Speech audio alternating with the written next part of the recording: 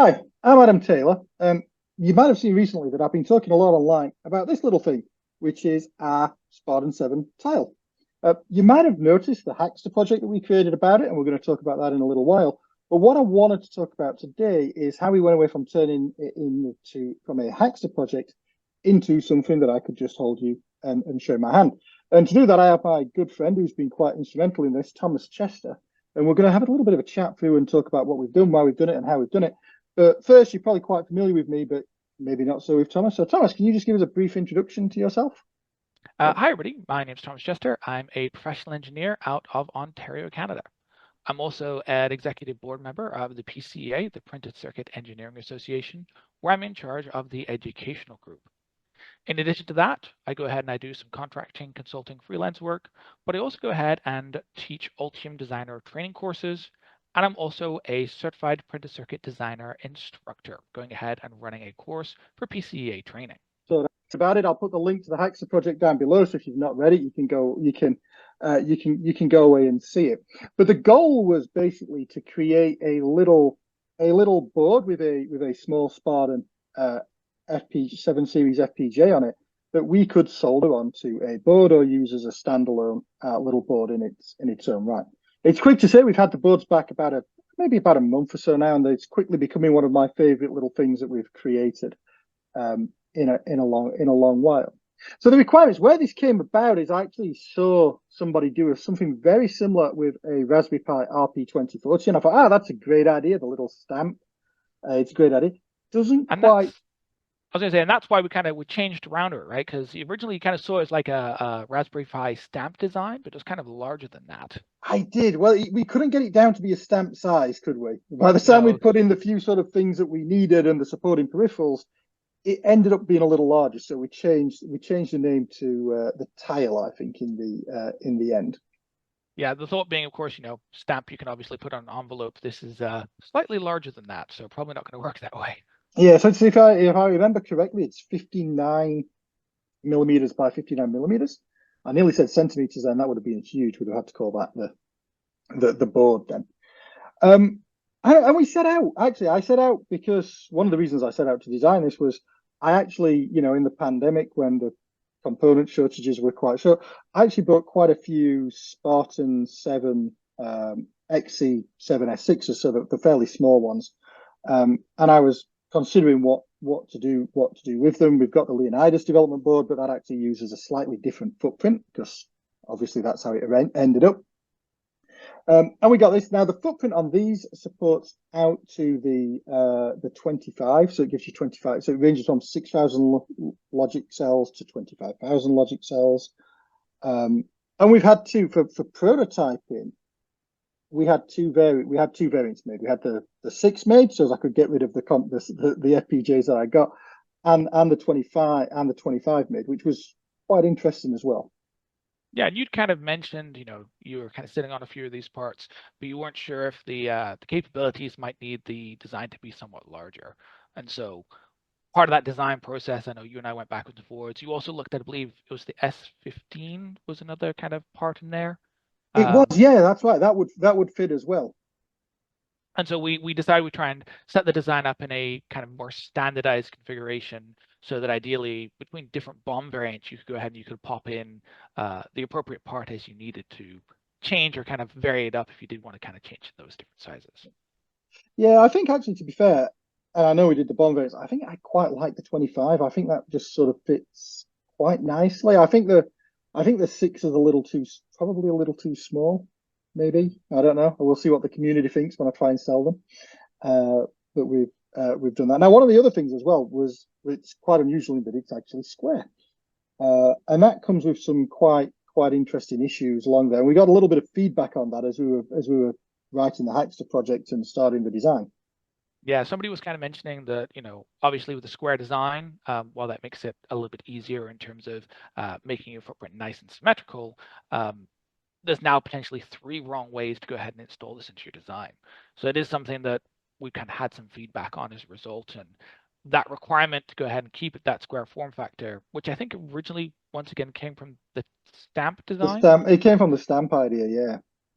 was kind of maybe we need to go back and kind of examine this. Now I know one of the things we did to try and help with this to kind of allow pin one or like the one orientation to be called out. And if you hold up the board again, you can kind of see that three of the corners are square, and then one of the corners is kind of a rounded off corner, and you can see that as well quite clearly on the hacked page on some of the images too. So. Yeah, I think I like the square. I think I like it square. I don't know why. It just sort of appeals to me that you could tile lots of them to you could It's a tile fidget lots of toy. them. You're kind It's of a physics. playing with I it in did, your. you know, I've been sat here for the last hour. We've been talking about working out what to say, and I've been like spinning it round in my fingers, and also it'll never work again now. This one, but it is good. It is good fun. Obviously, we had we started out with some requirements for this, obviously, and you can see all those full 20 or so requirements, I think, that are in the Hackster project.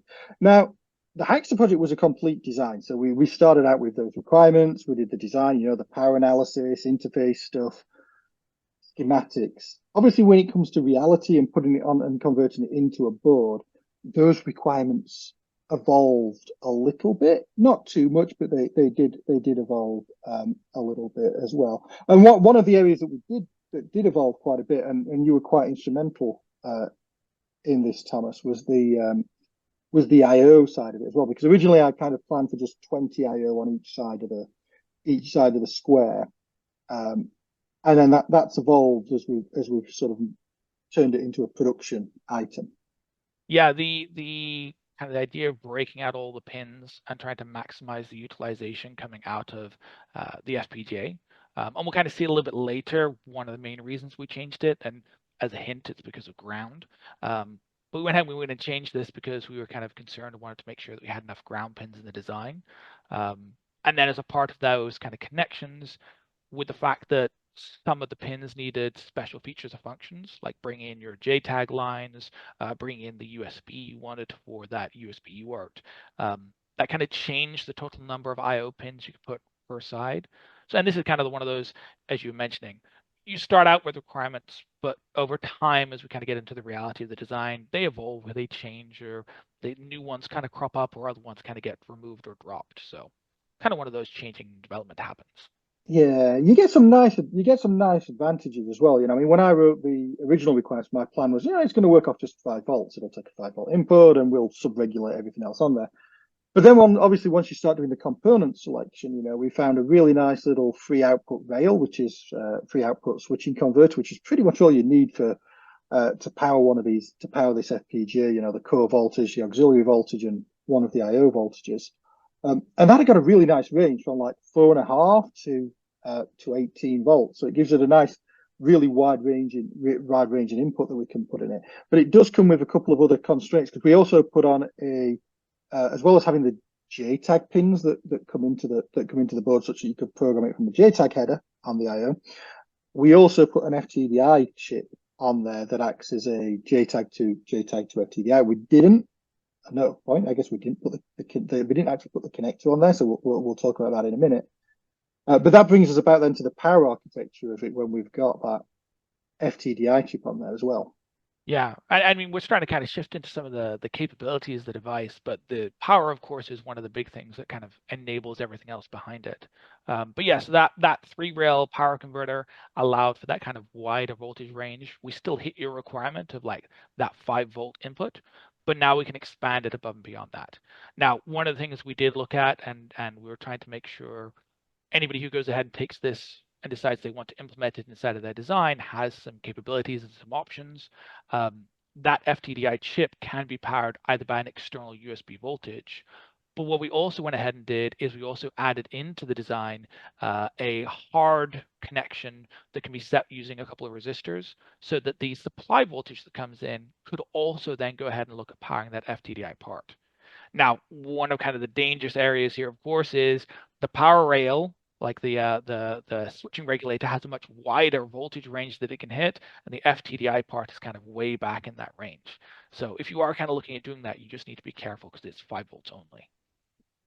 Yeah, but that's I think that's a reasonable trade-off, and it's a good thing of how you look at requirements and analysis and try and do a design that provides for sort of a wider supply if you want, and its own USB supply, or providing everything from a single 5 volts, I guess, is really what what we're saying there. So it does have, I mean, this board does have quite a few capabilities on it, and you're right, we're kind of moving into that capability side of thing. But it does have pretty much the idea behind this. The tile was that we'd have something that we could drop into the design, and it would be functional and work. So to do that, obviously we've got the FPGA, and in the larger variant of that, we get 24,000 logic cells, 45 block RAMs, 80 DSP elements. But to support that as well, there's also 256 megabits of QSPI flash on there. We've put a couple of LEDs on there, a couple of user LEDs and some done LEDs. And we've also got the USB JTAG that we were just talking about a little bit on there. But there are some other considerations with that. Yeah, I mean, so one of the things I know we looked at, you wanted to, same kind of thing, provide options to anybody who's going ahead and using this. So we've got a straight JTAG interface that's available on some of the castellated holes around the edge of that tile. But what we've also gone ahead and got is a USB connection, and that runs into that FTDI part, which is also hooked up to that same that's also hooked up to that same JTAG interface. So that allows you to essentially program it over USB instead of needing to utilize all of the JTAG lines instead. Now, to try and go ahead and kind of keep this as a low profile design, you can definitely go ahead and see that on some of the images. The decision was made, and to kind of also keep the castellated holes, the decision was made to kind of take this away and put that USB connector on essentially a carrier board or a development board or whatever platform you're placing this down onto. And that, of course, could be connecting, maybe not even a connector, that might be linking to another FPGA or microprocessor, SOM module, who knows what else. And that's an interesting point, actually. I've just popped into my head, and we didn't really talk about it in the early one. But because the JTAG pins are broken out as well on the castellated hole, on a downstream module, you could connect those JTAG pins to other FPGAs or the processors and still access them via that FTDI USB bridge, which is quite So cool. you could essentially create a JTAG chain. You can create a JTAG chain connector going link to them all. Nice. Yeah. Yeah, I just thought about that as you were just talking about it. I was like, well, those JTAGs are downstream of the FTDI, so it'll come in. I'll try that actually on one of the tests that we're building and getting going. Obviously, we also give it the clock in that's on there, so we've got a 100 megahertz oscillator that's on board. One of the cool things that we did, obviously, there's only 2 banks on this FPGA. So one of these banks, both banks are broken out, and I'm sure Thomas can expand on this a little bit more, but both banks are broken out. One of the banks, however, has got a fixed 3.3 volt IO, because that's needed for the configuration side and everything as well. The other side is actually, it's user configurable. The user can set that voltage because the VIO pins are broken out for the castellations. As part of doing that, though, a lot of the global clock pins that are available on the 7 series, we've routed to the castellation. So if you've got some weird clock frequency that you want to bring in, you can do that. You can do that via the castellations as well, which I think is pretty flexible and gives us that nice flexibility. We've got other things on there, as we're talking to people about doing this, we've got a done LED, the 2 user LEDs, as we're saying. There's a little reset button just to reset the FPGA, and you can actually configure the boot mode, whether it's JTAG or booting from the QSPI by a little jumper. And because we were thinking that the new Microblaze RISC-V sounds quite interesting in this, and from feedback from a little bit of the community when we posted and talked about this, we've also put a PS RAM on there. So there's a small 32 megabit serial RAM on there that can be used and accessed as part of the FPGA design. So in total it gives us 82 IO, which has got power ground JTAG. There's 32 IO at 3.3 volts, and like I said, 41 of them at a configurable voltage coming in over the outside, and that gives you the ability to work from 3.3 to 1.2 or LVDS if you want, which is, I think it's quite cool. You've been using this for a while already, and I know one of the things we discussed and is still kind of coming down the pipe is the kind of carrier board or a reference kind of linking board schematic design we're kind of looking at releasing. How have you been managing to use it so far? You just kind of soldered a couple pins to it, or? So far, I've been using this to solder a couple of pins to the power and ground and the JTAG thing and the IOs bring up. So this is the fixed version. Actually, this is the first one of them that I turned on to check out. Over on the bench behind me, and I will put some pictures and some edits in there of this. I have the 25 version of this, and I've actually got it configured as a system controller, which I think is one of the nice applications of this. So, and we're jumping ahead of things that we want to talk about, but I have it on the bench, and it's running the RISC-V microblaze in there. It's talking actually to a lot of power supplies over a SM bus. So it's talking to a dev board, a linear technology dev board, and it's talking to a ZCU 106 as well, the MPSoC FPGA on that over an I2C link to monitor its system monitor that's in there. So I'm really finding it I'm really quite enjoying working with it. And one of the things that is on the path as well, as you say, was to create the associated footprint with this in Altium. Such that people can easily get started with it and go for it and design it in. And those examples, I think you kind of mentioned that linear tech power supply. I think you went and you wrote a couple of articles up about that already. You've been. I've written one. Okay. Well, it's kind of like half of it actually, because I've written about how to access the system monitor on a MPSoC device or a Versal device using I2C. Such that you can read back the voltages and the temperatures and everything. What I did in that one though is I didn't talk about the Spartan being on the other end of it. I used an I2C driver, actually a little module called an I2C driver, which is USB based, and you can script to send I2C commands. Really quite useful little things. But actually on the bench, I've integrated all that functionality into the one that's being tested there, because I think configuration, command control, system control is quite a useful niche for this little board. Nice. And I mean, I think we're gonna look at some We're possible gonna look at applications of this a little bit later on. yeah, So yeah. awesome. Well, I know we've kind of handled some of the requirements. We've looked at some of the capabilities of this. I know one of the things we were talking about was we needed to change kind of the number of IOs around the outside, and part of this was due to ground points. So Yes, and the layout and how we did that and how we positioned it. So maybe now's a good time to kind of share your screen and show what you were going to talk about. sure. So Ultium Designer, of course, we're taking a look at a top-down perspective on the top layer of our board.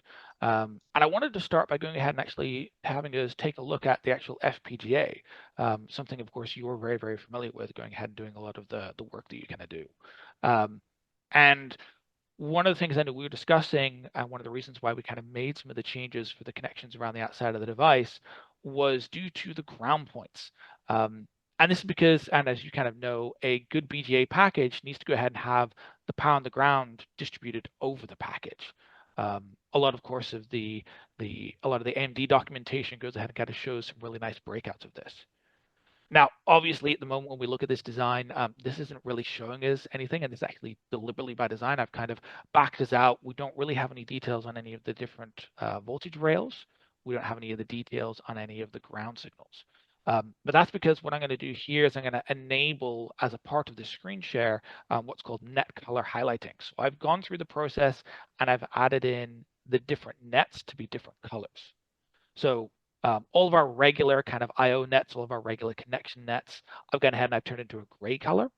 And then our ground I've made green, and then our power rails kind of different yellows and oranges and reds to go ahead and stand that out. So when we look at it like this, it doesn't really seem all that special. But when we go ahead and we kind of enable that and we take a closer look at that inside of the tool, we can now see kind of where those pins really stand out. And so obviously, a good BGA package kind of has those broken out. We can see that there's those green pins nicely distributed around the outside of the part. So the green is the ground, right? So we've got a nice distribution Correct. of ground across the component. Exactly. And then, of course, your core voltages right in the center of the part. Nearly every single power pin has a ground pin next to it. And as you can kind of see, so with the Spartan 7's in this package, the 225 package. We, of course, don't have any of the pins utilized in the lower right bank, but we Yes, do have bank 14 and bank 34, if my memory serves me correctly, are the two primary FPGA banks we're able to access. they are. Yes. Yeah.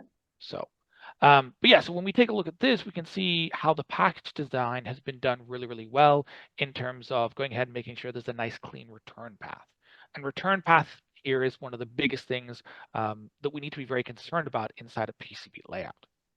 And so if we actually go ahead, we're going to zoom out a little bit here. We're going to look at the board and overall, we got to see where some of the changes occurred. I believe back in your original requirements, I know you specified the I/O, the number of I/O you wanted per side. I think you I also did. specified that you wanted one ground pin per side. Yeah, I think I said at least one ground pin per side. But I think when I did the initial schematics, I was just like, yeah, one ground pin will be fine, you know. And I know that's where I went back and said, hey, I think we need to add in more ground pins. And obviously we can kind of see now in this image, we've got ground pins spaced, I think nearly every 4 pins. I think maybe there's 1 or 2 locations where it's maybe 5 pins instead. But that's to make sure that each of these individual signals has a nice return path. So ideally, that means we're going to go ahead and we're going to reduce any issues with any electromagnetic interference. It also means that as we start getting into faster and faster speeds, obviously it's a Spartan 7 here, we're not kind of dealing with anything like a GTP or a GTX connection. But we do still have the ability to have a nice clean return path on all of our kind of signals that might be sent into this design as a result. And that's kind of why we changed some of those kind of requirements, because as we started looking at this, it kind of sprung out to something that we should be trying to implement inside of the design. That makes a lot of sense. And along with those ground points and going around the edge of it, we also had a thinking about the differential pairs that we wanted to root out of the board as well, because we wanted to give wherever possible the ability for people to leverage those differential pairs for, I guess, for speed and for EMI and such like. Oh, absolutely. And this is differential pairs are fantastic for that because it's a coupled pair of signals. They both experience the same thing, and that's one of the reasons why in our layout we want to kind of treat them in the exact same manner, have the exact same transitions, the exact same length kind of occur in a lot of those, especially high-speed kind of designs. But one of the things we want to do here is, while they're great in terms of if you are using them as a differential pair, they become problematic if you start using them as single-ended pairs. So if we go ahead and we kind of quickly find one in the design, I'm going to go ahead and I'm going to turn off my net color highlighting here. We'll take a quick look inside of the differential pairs because I did create a couple. So there's a few LVDS pairs here, and we'll kind of look at, for some reason it's deciding it wants to highlight my ground net. I'm not really quite sure why it's kind of doing that. We'll just find one of the differential pairs instead. Of course, I'm going to pick the one that is showing up as a ground signal for some strange reason. We'll look at these guys because these ones are instead. So what we can go ahead and we can kind of see here, I'll make it stand out a little bit easier. This differential pair, once again, I don't know why Ultium's going ahead and showing other things. We'll clean this up later if need be. The differential pair is great, but the problem here is this is now 2 potential single-ended nets that are parallel to each other for really long distances. And as a result, the field energy is going to couple the 2 of them together. And because we have no idea how people are potentially going to use this in the future, while we want to provide some capabilities to have differential pairs, if we set every single connection coming out of the Spartan to be a differential pair, that obviously is going to go ahead and cause a couple of issues, because then there's going to be a lot of interference that could potentially happen there in the design.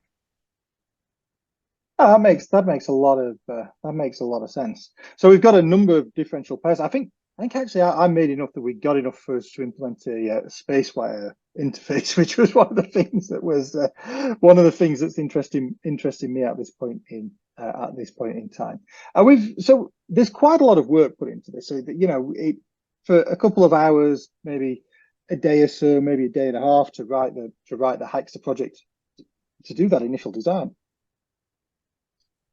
We've then turned that into, going through the schematics, recreating, updating the schematics with all this reflected in it. And then, of course, doing this layout and doing things. And It's an interesting point, I think, to think about how do we make sure that we get this right? Because so far it's going pretty well. I'm going to tempt fate now. So far it's going pretty well, on the bench. So how do we get there? Well, I mean, unfortunately, we're all human beings. We'll go ahead and get things wrong. Um, I think it's unfortunate because one of the biggest things that happens is people are very, very willing to go ahead and celebrate their successes, but are not willing to admit mistakes. And one of the biggest ways that we learn is, of course, by learning from our mistakes. Um, but obviously, we don't want to go ahead and do this inside of our hardware design. We have long cycles from when we finish the board to when we get the physical hardware in our hands. And so, really, where this kind of goes ahead and stands out is design reviews. And thankfully, went ahead and pulled in two great gentlemen to go ahead and take a look at and review this board for us. Troy Hopkins was fantastic at going ahead and jumping in, taking a detailed look at this. And then also my friend Jason Ellis has gone ahead and kind of given us a second set of eyes or a third set of eyes, I guess, at this point to make sure that everything Yeah. was functional. Yeah, so I mean, we must thank Troy and Jason quite significantly for this actually, because it's been a real team effort, and it does, that extra set of eyes, that extra paying attention to it, it really makes a big difference. Sometimes because sometimes we've all been there, you don't see the woods for the trees. You're convinced one way is the right way to do it, and it's only when somebody else, independent or semi-independent, looks at it and says, "Are you really sure, Adam?" And that's when I normally go, yeah, probably I was, but maybe I shouldn't be so sure now. So I yeah, mean, I think even with the both of us, we've both been looking at this project closely. You initially started with the schematics, and then I kind of jumped in as well. Um, but same kind of things. It's very easy to kind of get lost in the forest, and you can't see what's happening in the larger scope or specific instances. So yeah. So Troy and Jason, next time I see you at a conference, the beers are on me, in the very least, anyway. So I guess sort of now having sort of taken a look about what it is and a little bit about the design of the board, we should really mention a few things about the applications that we were thinking about using it for. We touched on one briefly earlier on, saying that it's quite useful because it's small, it's integrated. It's quite useful for that system control. If you've got a more complicated board or a complicated FPGA or processor on there that needs power supply sequencing, power supply monitoring, the ability to update parameters over a separate link. It's ideal for that. well, and Uh, also your other idea here of being able to now essentially use the USB that's already integrated in it to go ahead and yeah, program the JTAG too. and So and that's one of the key things that we've done. It so it gives you that ability to do the programming and the updating. And it's a really flexible system controller. The other thing it's quite useful for is things like protocol conversion. So if you want to go from perhaps a bespoke or legacy weird protocol in your system to something more standard, that's quite useful for it. It's also, I think there's a range. I'll put a list of them up, but things like sensor aggregation, IO expansion, and we have some really cool IP that you can get that will provide with this that allows you to basically go from like an SPI or a QSPI or even a UART if you want, from a processor into the AXI bus of the internal FPGA design and actually control it and use it like a memory map thing, which is really quite cool. And as well, there's other things, rapid prototyping, and health and usage monitoring systems as well that are really quite that make a good sensible use case for this.